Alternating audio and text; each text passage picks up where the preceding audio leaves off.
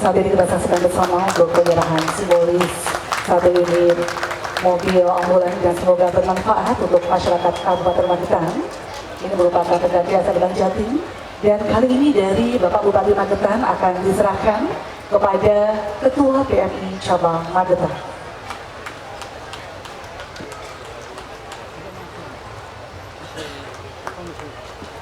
Tentunya kami sampaikan terima kasih sekali lagi kepada Bang Jatim yang telah ikut berdedikasi untuk bisa memberikan sumbangsih kepada warga masyarakat Kabupaten Magetan berupa satu unit mobil ambulans operasional. Bersama Bang Jatim, yang terbaik untuk Anda. Assalamualaikum warahmatullahi wabarakatuh. Waalaikumsalam warahmatullahi wabarakatuh. Nuwun kanggo nuwun ingkang dahat kinurmatan Komandan Lanut Iswayudi Magetan,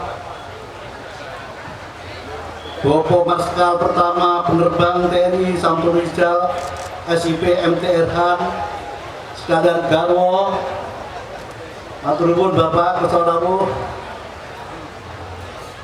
ingkang dahat kinurmatan para purna bakti Sobat Bupati Magetan, tersorawuh benipun Bapak Dr. Andes Bambang Kusbandono, nuwun Bapak Kidalang, togoh ringgit purwa menika dadi kolaborasi dumateng Kidalang. Mugi-mugi pagelaran inggih para damel mangke estu saged dados tontonan ugi tuntunan tumrap warga agung masyarakat Kabupaten Magetan. Nuwun. Bismillahirrahmanirrahim. Hadirin sekalian yang berbahagia. Assalamualaikum warahmatullahi wabarakatuh. Dalam tampi Bapak paling pun Sri Kandi nun pengestu prestasi menolong. Ketemu para pamrik saka tamu tamu pengestu mugi jenis terantun. Amin. Dengan diserahkan tokoh oleh Nasi Kandi, maka telah resmi dimulai dan dibuka untuk acara pagelaran wayang kulit Semalam Sunduk dengan dalam kondang Ki Haji Anom Suroto dalam rangka memeriahkan hari jadi ke-342 Kabupaten Magetan.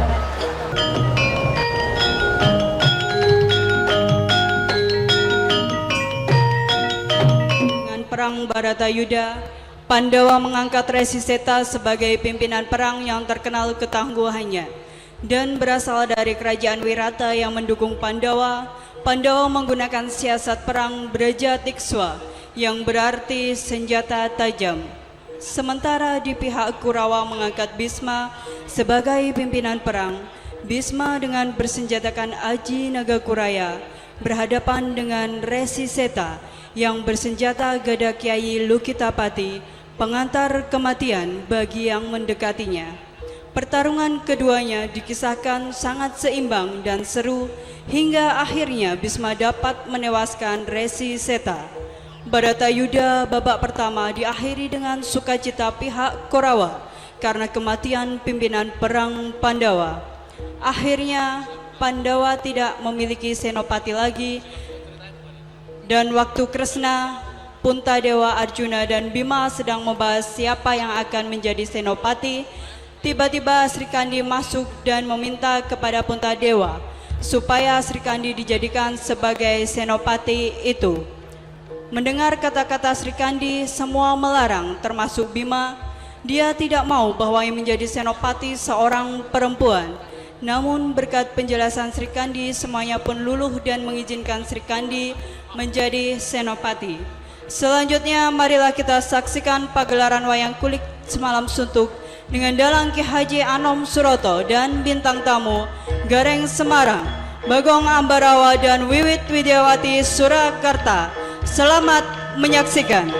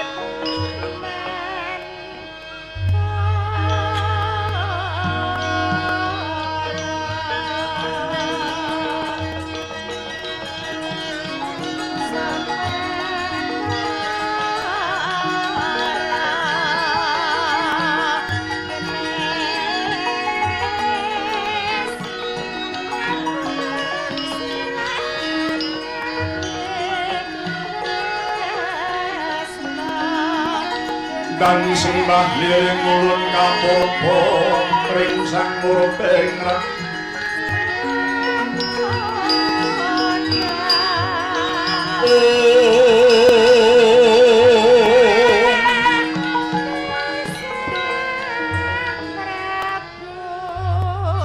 sahanani kang nikanang sit ing dasit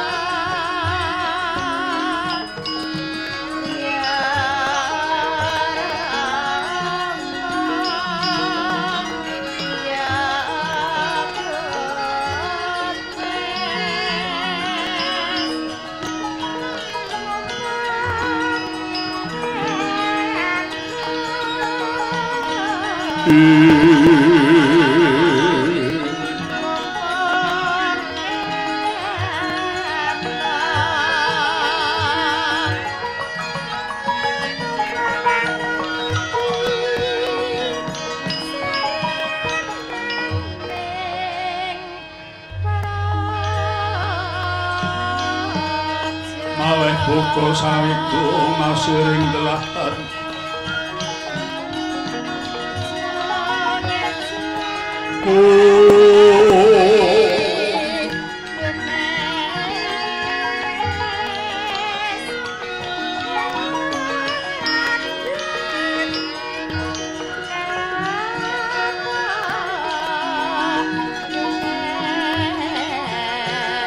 yen kang mamang mucing wong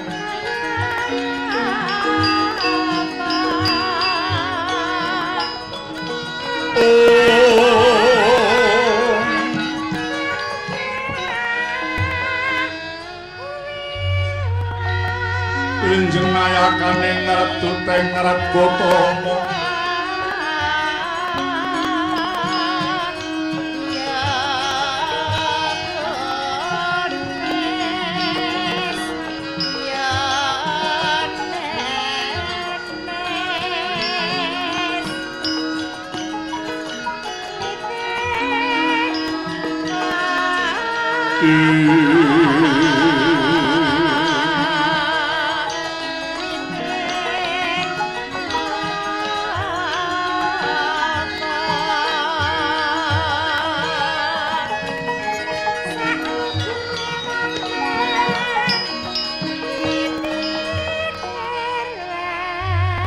mangguwa manugrahing lan sewa supata tanggus minulya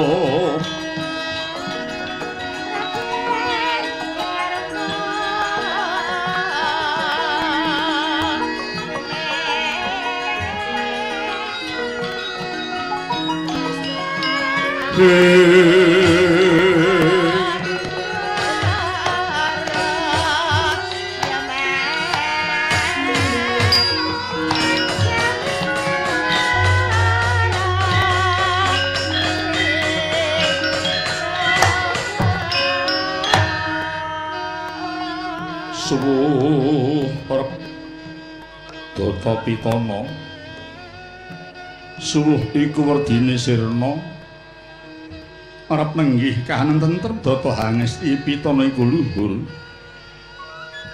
sirna sagem mala mahanani jagat tentrem lawan kita ngesti maring luhuring budaya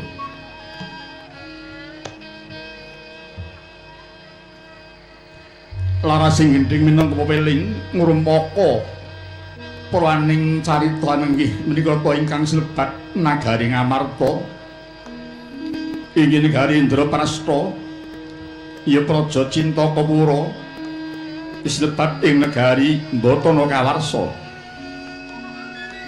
lawasta nagari Ngamarta mengko werdi apaning pangasrepan sinebat Indraprastha nenggih kaendahaning praja wis antuk sak prawaning kayuwangan kaendran hawasta Cintakapura nenggih kedatuning Sekar Budak sinebat Batara Kawarsa nenggih papan peponton ilen-ilening toya Jawa nagari Ngamarta dumadi saking usul Banjaran yen Cirandra persasat Prati Sararokmi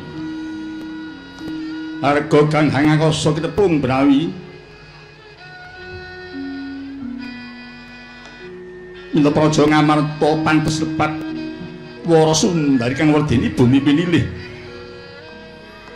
para kadang hamung tani teken taberi tekun hangola siti ora muka temah katekan ingkang kaesti lumbung paricinan didados raja sanegari cekap ing ayun turah ing wuri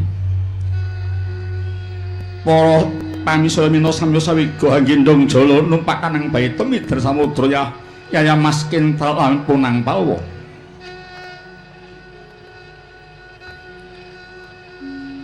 sang iya para mudha menunggas dia burita marang sang Wardawija angajab dadya janmu ingkang sujana bali sada Raden mekeng desa minangka srana angusadene panandang ruga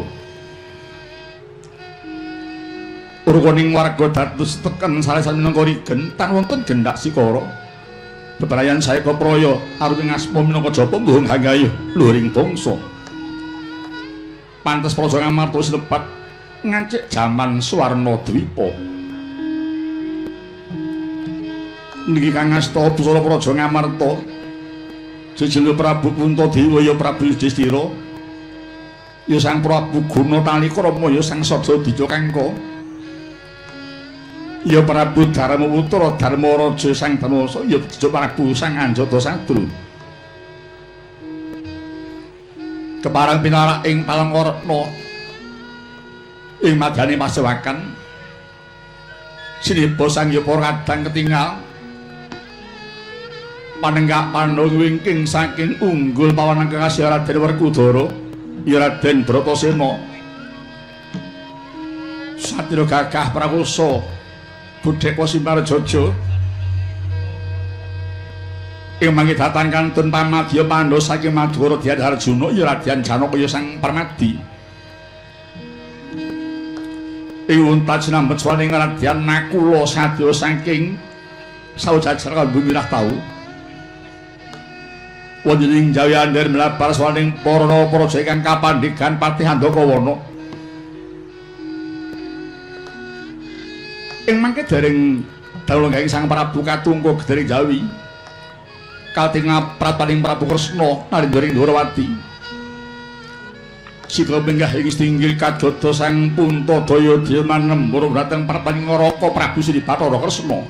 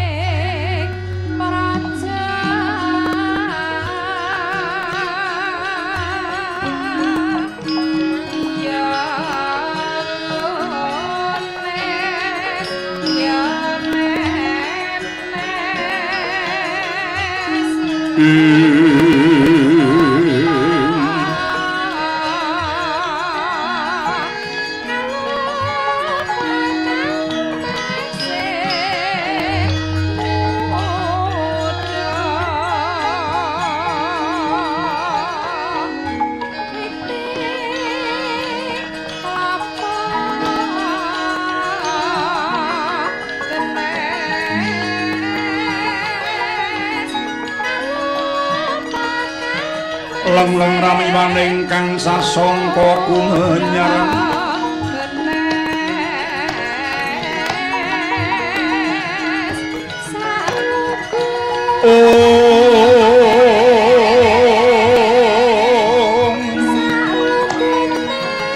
mangrengga rumling puri mangkin tanpa siring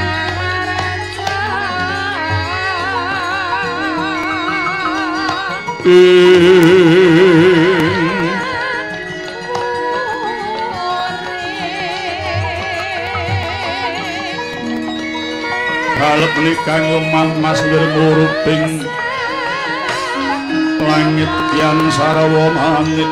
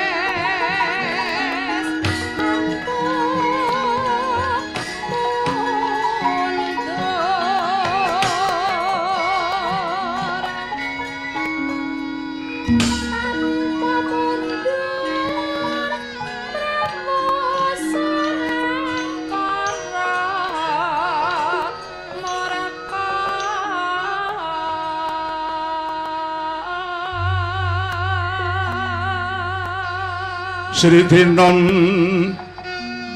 ing pasewakan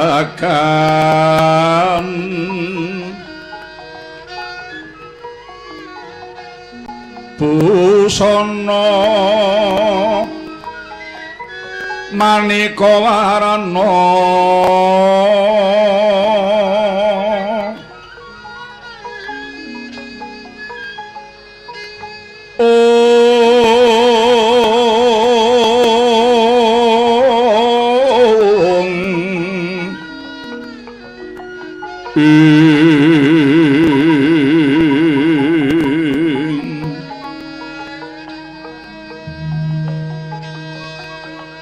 sepak puspiteng udyana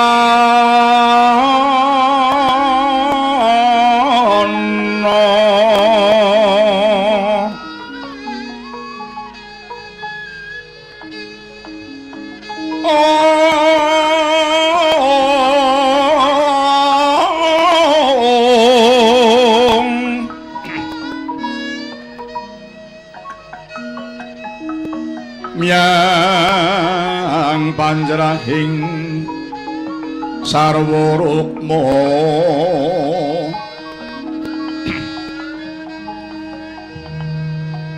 renggeng manik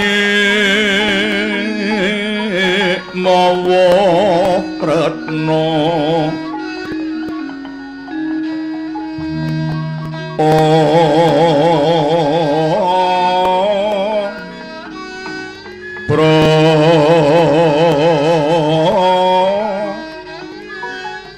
Prabanyo sumirat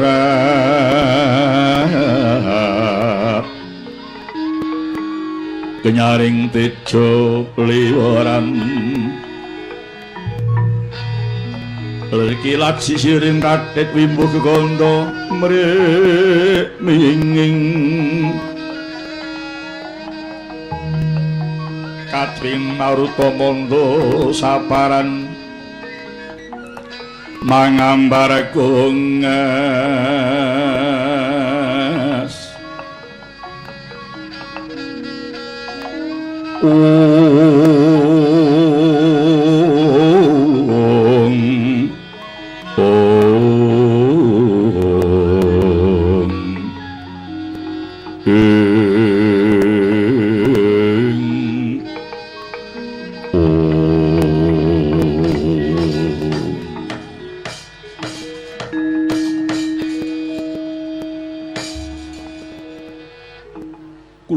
Kakang Prabu Sri Bathara Kresna sasampunipun pripaduka dalah para kadang asung pambagya panakrami dhumateng ngarihipun Kakang Prabu Ndrawati rumaos bombong kawuran bingah raos kemanah dene Kakang Prabu Kresna sampun kepareng rawuh ing pandhapi ngamarta wigatos minangkani dados atur panyuwun kula Kakang Prabu. Nun inggih Kyai Samiaji keteng tresna kalian kadang-kadang kula Pandhawa mila boten ketang napa bahasan sambet obor celuk lintang rabatan pundak raka para kedah saged minangkani dhateng Yayaji kepareng mundhut dhateng sawanipun Kakang Ndrawati. Inggih menika duh Yai, daya-daya pun Kakang Cemadong dawuh. Wonten wigatosipun pundi kepareng padha Yayi Jamiji dhateng Raka para Ndrawati Yai. Hanjrah ingkang puspita warum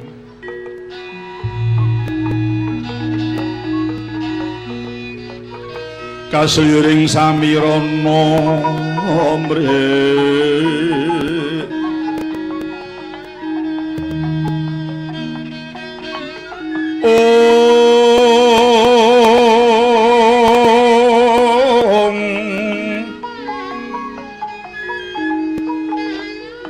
Sekar gadung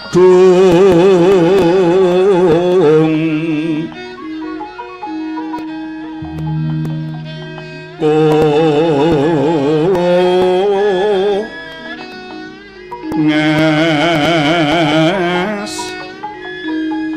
gandanyo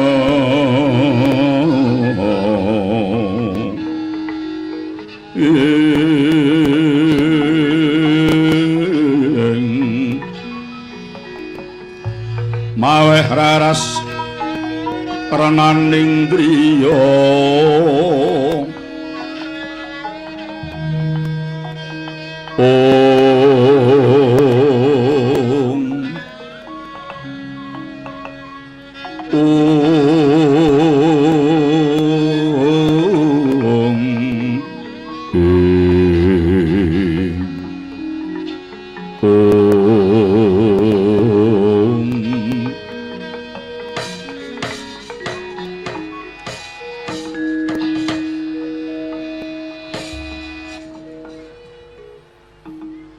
Nuninggih Kakang Prabu, mila kula sakadang nyuwun rawuh padukanjeng Kakang Prabu Ndrawati.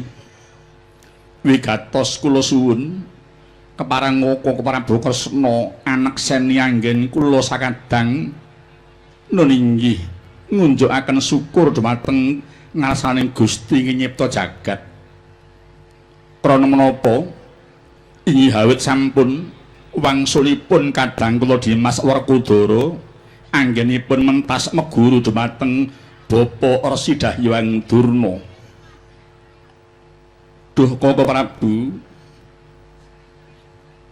nalika semanten kados menapa menggah ngedhaping manah kula ngantos boten nyipta bilih Dimas Werkudara saged wangsul gesang inggih jalaran saking pangrenahipun para kura ingkang njarak badhe ngudi dhateng sedanipun Nyai Werkudara lumantar Bapa Resi Durna. Mila sepisan malih Koko Prabu rumaos beja kemayangan dene wekdal menika dening Gusti nyipta jagat. Para kadang Pandhawa taksih pinaringan wetah gangsal Koko Prabu. Nuringgih Yayaji para kadang sepatutnya iki nderek nang Ayu Bagya kadang Werkudara sampun wangsul makempal dhateng para kadang sanesipun. Yayi kanthi wangsulipun Nyai Werkudara menika wau menika saya ngandelaken manah anggenipun para titah manungsa pitados dhumateng ingkang anggelar jagat bilih pesti jodoh wahyu saha pangkat tuwin bala menika titah boten ngurungani sedherek Gusti nyipta jagat Yai. Mila sampun sakmestinipun menawi Yaji sakadang ingkang ing mangke badhe ngunjukaken suwur dhumateng Pangeran Kamurba jagat saenipun Yai Yaji. Inggih kaluhuran dawuhipun padukanjeng Kakang Prabu Ndrawati. Kados saiki menika Yai Yaji kados pundi Kakang Prabu. Nyai Werkudara menika kula ibaraken kados tiyang ingkang nembe wangsul sakikisan tebih. Mila mbok inggih wonten karingipun Nyai Werkudara. Boten kita namung sekedhik pun Kakang kepengin badhe nyuwun oleh-oleh saking Dimas Werkudara Yai. Nun inggih Koko Prabu dawuh paduka mugi wontena tumanggaping kadang kula Werkudara matur dhateng paduka Koko Prabu Ndrawati. Ya, selamat malam pemirsa. Dalam rangka hari jadi Kabupaten Magetan yang ke-342 pada malam hari ini, Sabtu 21 Oktober 2017 bertempat di alun-alun Kabupaten Magetan diselenggarakan pagelaran wayang kulit Semalam Suntuk bersama Dalang Ki Anom Suroto. Hadir pula sebagai bintang tamu Gareng CS dari Semarang dan juga bintang tamu yang lain. Adapun kisah atau lakon yang diambil pada malam hari ini yakni Sri Kandi Dadi Senopati. Seperti yang sudah kita ketahui bersama bahwa dalam pewayangan Mahabharata, Sri Kandi merupakan salah satu tokoh kesatria wanita yang mahir memanah dan juga merupakan senopati dari Pandawa. Baik pemirsa, sebelum kita mengetahui bagaimana keseluruhan dari kisah atau lakon yang akan dibawakan pada malam hari ini, perlu kami beritahukan bahwa adapun tamu yang hadir, diantaranya Bupati Kabupaten Magetan beserta wakil, seluruh jajaran Forpimda, Ketua DPRD Kabupaten Magetan beserta wakil, Komandan Kodim 0804 Kabupaten Magetan, Kapolres Kabupaten Magetan, Komandan Lanut Iswahyudi Kabupaten Magetan, dan juga beberapa tamu penting undangan yang lainnya. Dan pemirsa, Anda juga dapat menyaksikan pagelaran wayang kulit pada malam hari ini yang disiarkan secara langsung melalui channel UHF 27 BBS TV Madiun Media Kita Bersama. Dan bagi Anda yang berada di luar jangkauan siaran kami pemirsa, Anda dapat menyaksikan siaran pagelaran malam hari ini melalui streaming YouTube BBS TV Madiun. Dan tak lupa kami ucapkan Dirgahayu Kabupaten Magetan yang ke-342 dan tetap bersama kami hingga usai acara nanti dan selamat menyaksikan. Nanging kang padha ditengahke kandhati kemongku kudu golong gilik lahir batine. Sabab yen ora padha manunggal lahir batine, kawruh mau ora bakal ndayani apa-apa tumrap kang padha ngrungokke. Malah kapur dadi sambe kalaning uripmu. Dimas Bratasena, pangrasanipun Kakang kabeh kang padha lenggah iki wis padha manunggal lahir batine Yayi. Nampa marang apa kang dadi dawuh kadang para siadi. Ya, gandeng wis padha mertilake yen rasane manunggalan golo gilik mara padha ngrungokno critane nggonku meguru marang Durna bapakku lan padha heli-elingen aja nganti lali.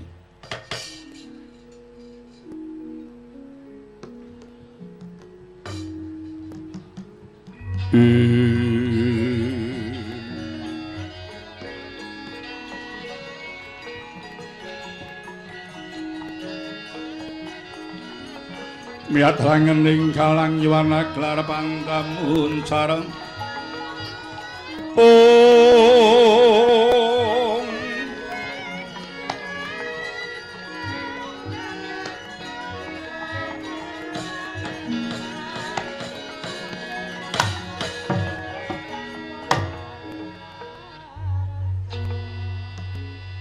padha sumurupa dulur-dulurku kabeh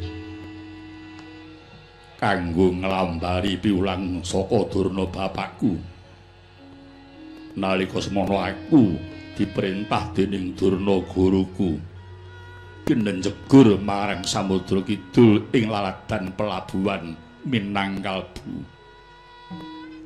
Kang wigati kinden golek banyu suci ya tirta pawitra dimahning suci. Jenenge wae Minangkabu. Minang kuwi pacangan dene kalbu kuwi rasa. Pacanganing rasa wong jegur segara kuwi pacanganing rasa ya mung tumekaning pati. Wiwit saka gisi ing samudra, aku banjur lumaku manengah. Aku kaget jebul segara mau mung cethek. Nganti kewektu ucapku semu kibir maido marang jroning segara. Ora ngerti ya yen nggonku njegur mau sikilku ditampani dening gegering gajah Situbanda ya kadang tunggal bayu. Gajah Situbanda krungu tembungku kang semu kibir wangune dheweke atine gelo. Buktine aku banjur dikipatake saka nggigir nganti klelep ana jroning banyu. Lakon kuwi mau dadi piwulang tumaraping wong urip kang surasani aja sok kibir mundhak kabur, aja sok sumbar mundhak aber. Lan demena ngajeni marang pambiyantuning liyan. Kudu eling yen wong urip ngono ora bisa mentas ijen. Wis aku ana jroning banyu. Ora nglegewa ana naga gede sak bangka tingetal. Tutuk mangap kaya lawanging guwa, kumitir petite kaya kuwung barabir. Ora antara suwi banjur mulet marang awakku sakujur. Aku babar pisan ora nyipta urip mung pati kang sumanding. Mula aku wis pasrah marang purbaning kang nyipta jagat. Wis aku pasrah ora nyono jebul sisaning kekuatanku diubahake karo sing murbeng gesang. Buktine tanganku loro pisan wis nyekel marang tutuking naga. Ora tak jarak kuku Pancanaka wis nyuwek tutuking naga nganti mati kapisanan. Lelakon iki uga kena kanggo piwulang kang surasane ngene. Menungso kuwi yen wis kepengko ing Pancabaya, mongko wis ora bisa miradati apa-apa. Tuwuhe pasrahno marang kang nyipta jagat. Yen lahir batin oleh pasrah, Gusti mesti paring pitulungan ngentas marang titah kang lagi ketaman pajoban mau. Buktine tanganku wis loro pisan dituntun dening kang nyipta jagat bisa mateni ula gedhe.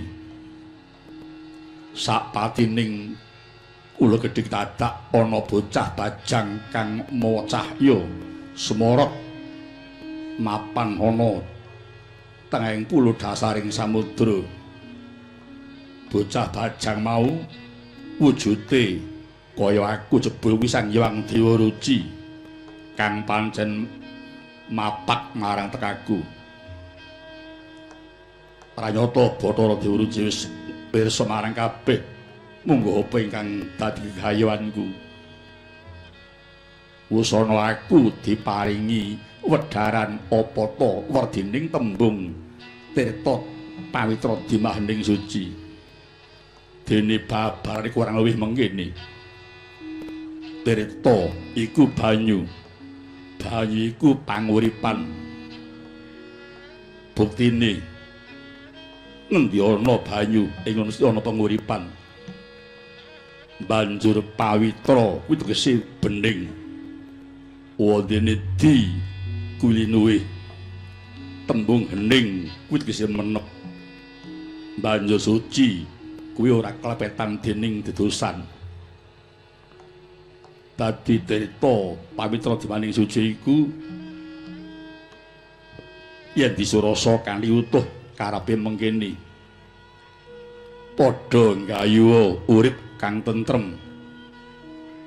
Bisane tentrem kudu kanthi srana mapanake pikiran pamrih karebing darbe daya kang linuwih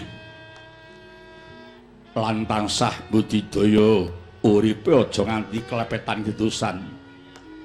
Nadyan urip iku ora ana kang sampurna nanging menungsa diwenangke budidaya.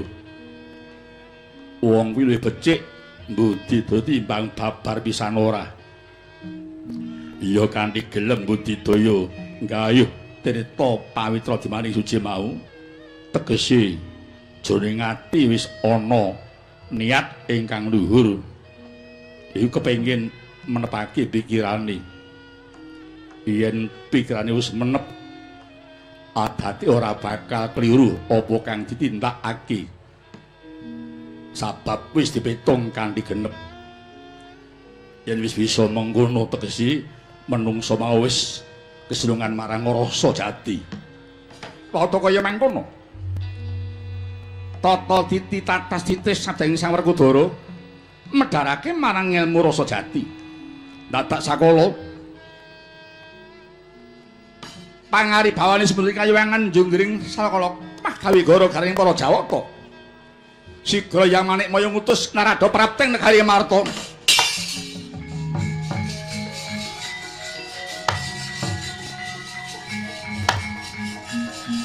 Putuku ger.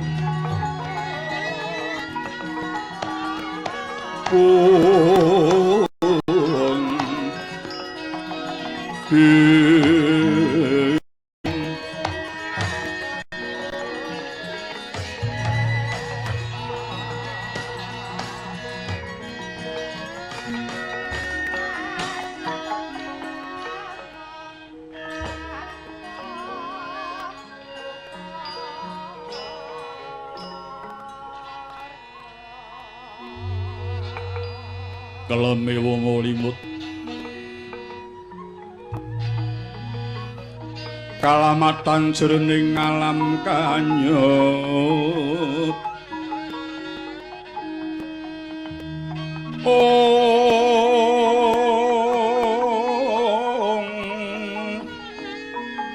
sanyatane iku kanyatan kaki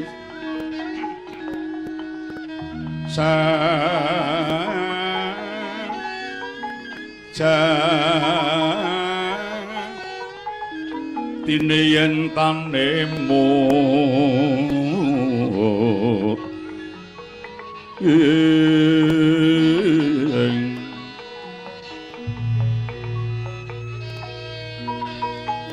yekti tan bisa momoro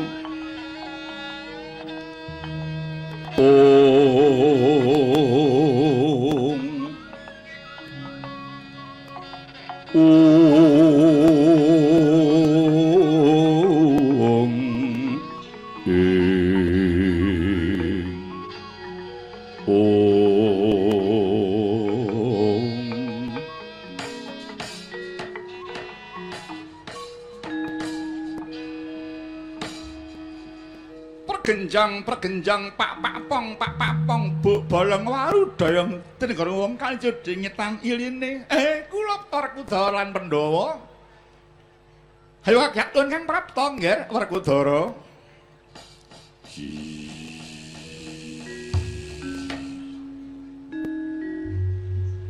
Bathara Narada sak tekamu aku ngaturake wong Siwah Buja bujane bujo Darma Darmane Darma Rahayu Astuta Astuti wah adalah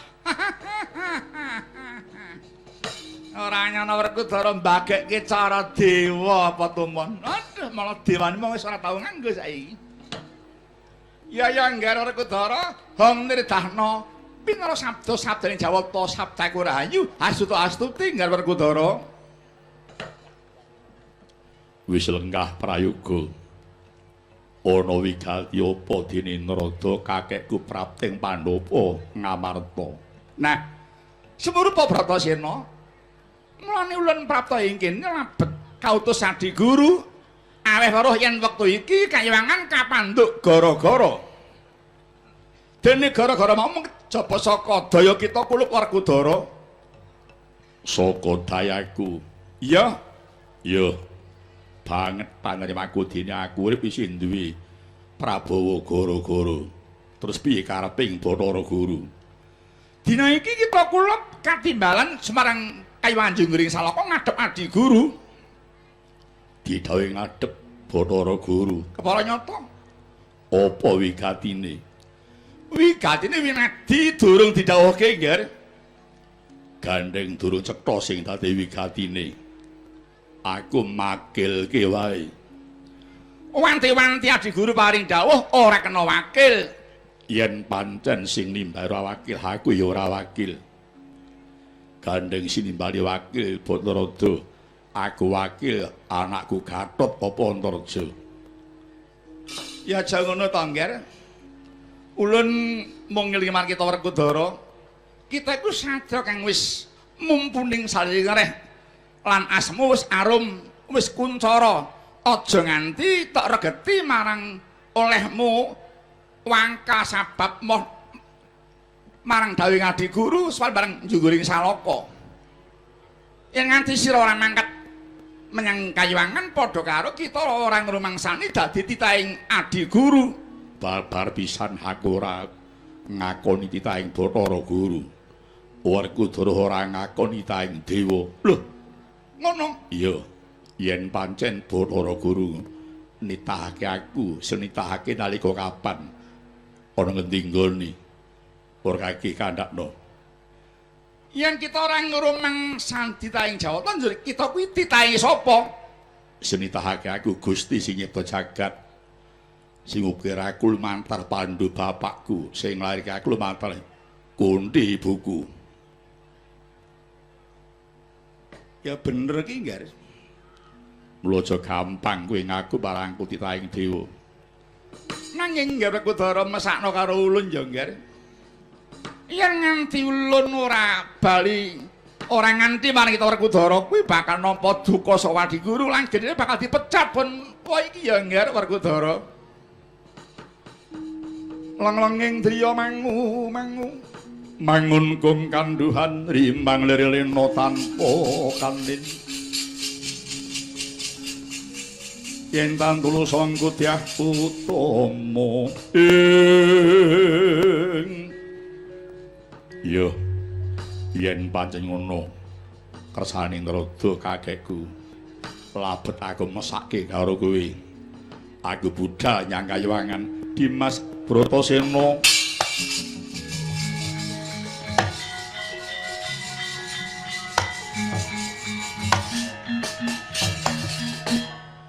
Yai Bratasena, yen Siadi bakal munggah marang Kayuwangan pun Kakang ora keri, pun Kakang melu Yai.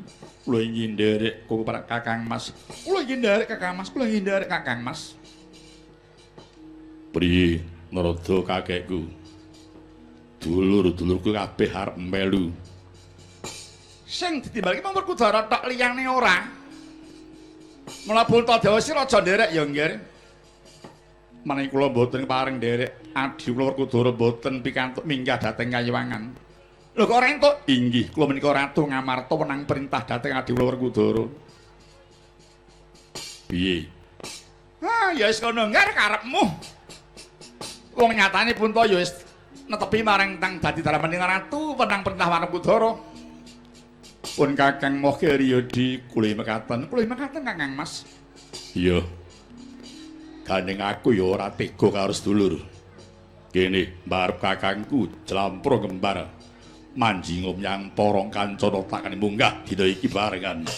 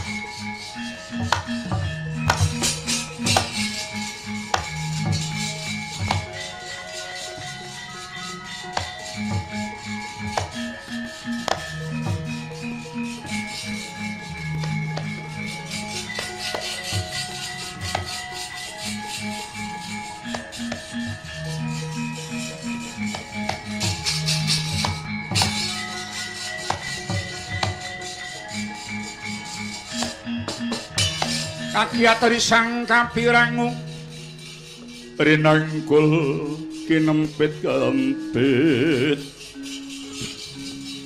dosa ngreknaning pawana hing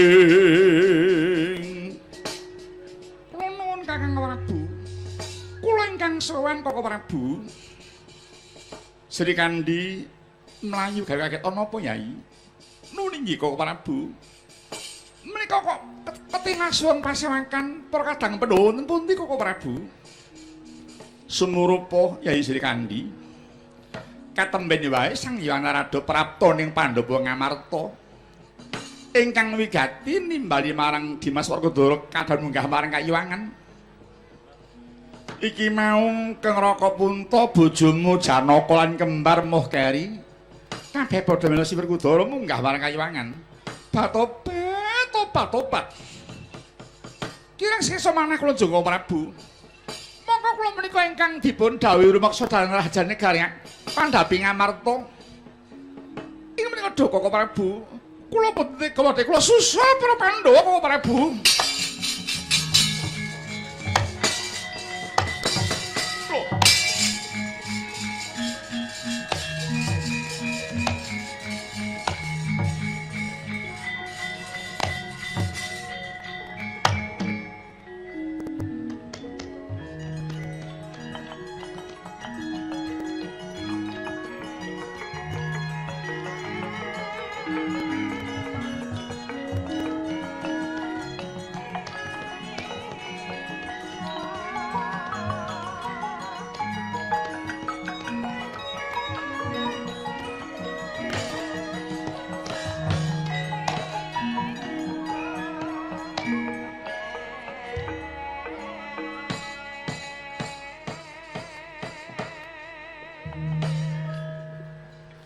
ya jagat Dewa Bathara semono gedhening rasa tanggung jawab Nyai Sri Kandi ora maksa marang rajaning Kedhaton Ngamarta sak wutuhe Setyaki wonten timbalan tambak ganggeng nuwun kula imujudake Sri Kandi kuwi ngerti marang kang dadi tanggung jawabe ora moka ketok menjila jiwa senopatine Setyaki ketitik tanpa ana kang parintah Sri Kandi banjur sumusul nungkal lakuning para Pandhawa munggah nyang Kayuwangan Jonggoring Salaka.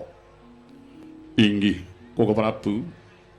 Ngemuti bilih para Pandhawa menika mujudaken lambanging dasar negari gangsal perkawis mila mboten mokal menawi perlu ngantos dipun rencang pecahing dada utaing Ludira Koko Prabu.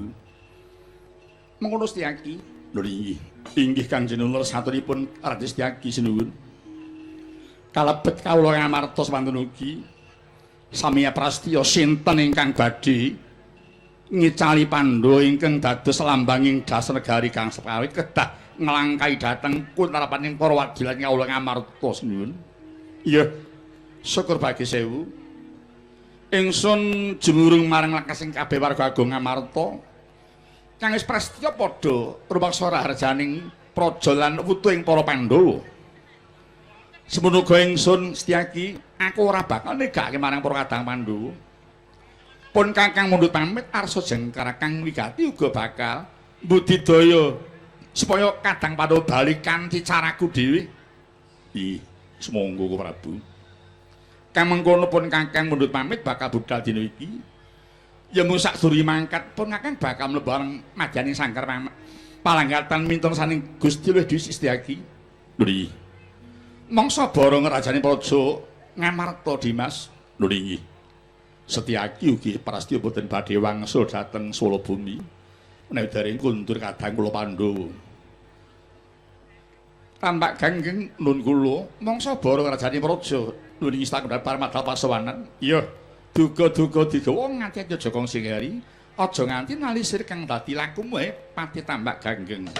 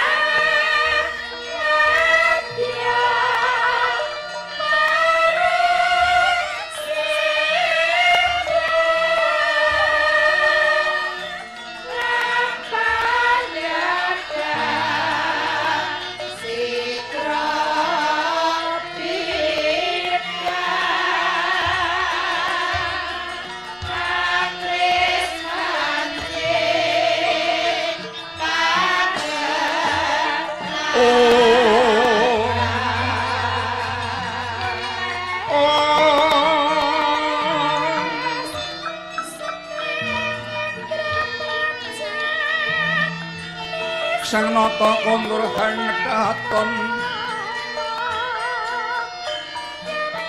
tindak nyalengeh langkah bersina lupa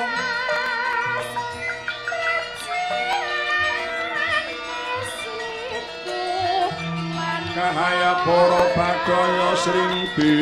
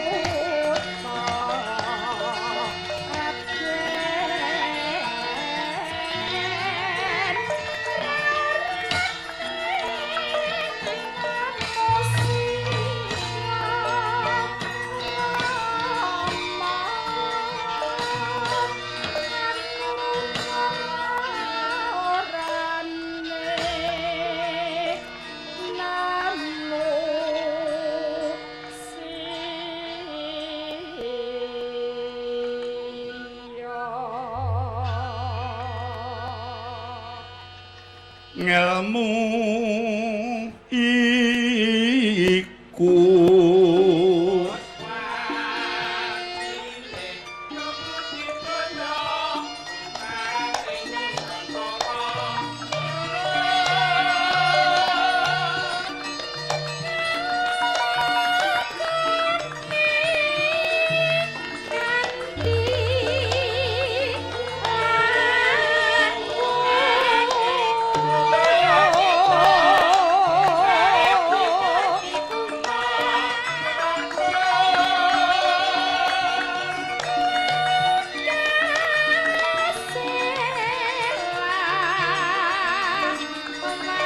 jeneng glali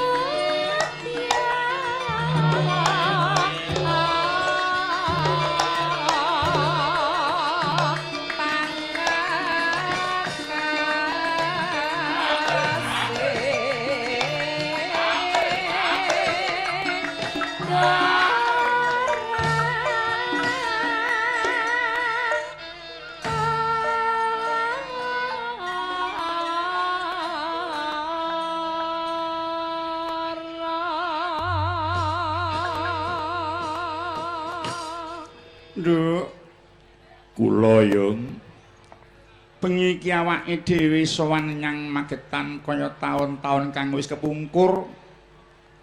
Idepe nderek tasakuran oleh warga agung Magetan ingkang den pangarsan dening Bapak Bupati mengeti marang Ambal Warsa dumadine Kadipaten Magetan ingkang kaping 342, Nduk. Nggih. Wis tuwek ya, Mak. Kepara nyata awake dhewe melu seneng ya, Nduk, lan bersyukur konjuk ngersane Gusti kang nyipta jagat sebab bengi iki warga Magetan katon guyub rukun sing tanpa luntur oleh mahargya hari jadi Kadipaten Magetan sing kaping 342 tahun mau ya nggih. Nggih.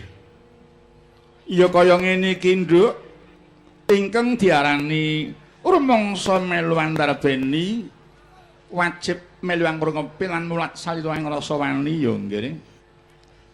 Iya, Yung. Wah, dasare Magetan ora ninggal marang tradisi.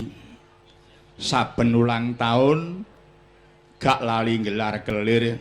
Iya, Nduk. Iki ngiras-ngirus manut acara bengi iki ngiras kanggo mengeti hari jadi Provinsi Jawa Timur, Nduk. Oh.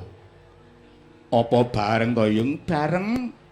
Dadi lairing Kadipaten Magetan karo Provinsi Jawa Timur kuwi bareng ana tanggal 12 Oktober kok nggih.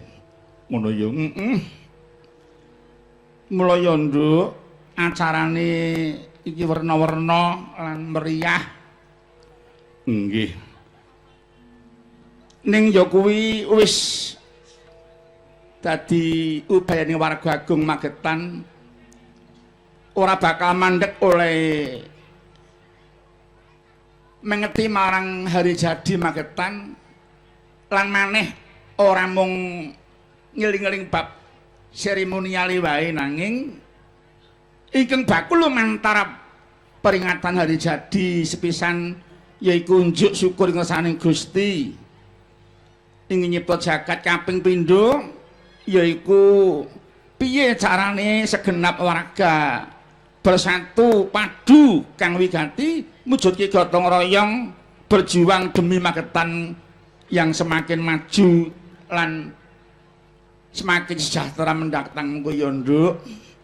Amin. Aku nderek ngestreni, Yung, sesuai karo tema hari jadi ke-342 Magetan yaiku Magetan Kumandang. Magetan Kumandang kuwi mengko karep apa nggih tema mau, Nduk? Iki Bapak Bupati, Bapak Dr. Andes Haji Sumantri Magister Manajemen lumantar tema mau yaiku kagungan pangajab semoga Magetan menjadi kabupaten yang bisa mensejahterakan masyarakat. Mengkono iya Magetan kumandang yen kabeh mau tumandang, Yung. Wah, iya ya, Nduk, becik banget kuwi nggih. Aku ya mathuk Magetan kumandang yen kabeh padha tumandang. Nggih, Yung, syukur. Bener banget kuwi nggih. Muka daerah bisa maju pembangunane yen ora disengkuyung kabeh warga masyarakat ya, Nduk. Kudu kompak ya, Yung, kudu kompak ya nggih. Yen iya ya iya, yen ora ya ora. Ana tembung yen wis wani ya aja wedi-wedi, nek wedi ya aja wani-wani, ngono kae ya, Nduk. Nggih. Seirama dengan slogan Indonesia atau nasional yaitu Indonesia kerja bersama. Leres, Yung. Bapak Bupati ya wis ngendika meskipun telah banyak program dan prestasi yang diraih, akan tetapi kita tidak boleh lengah dan berbangga diri. Kita harus tetap bekerja terus untuk meningkatkan kesejahteraan masyarakat ing Kadipaten Magetan iki ya Yung. Amin ya rabbal alamin. Iki hari jadi ing taun iki uga krawan Bapak Komandan Lanut Iswahyudi ya Nduk, sekalian Ibu. Alhamdulillah sembah nuwun kepareng minaken wekdal rawuh wonga wonten mriki Bapak. Iya Nduk.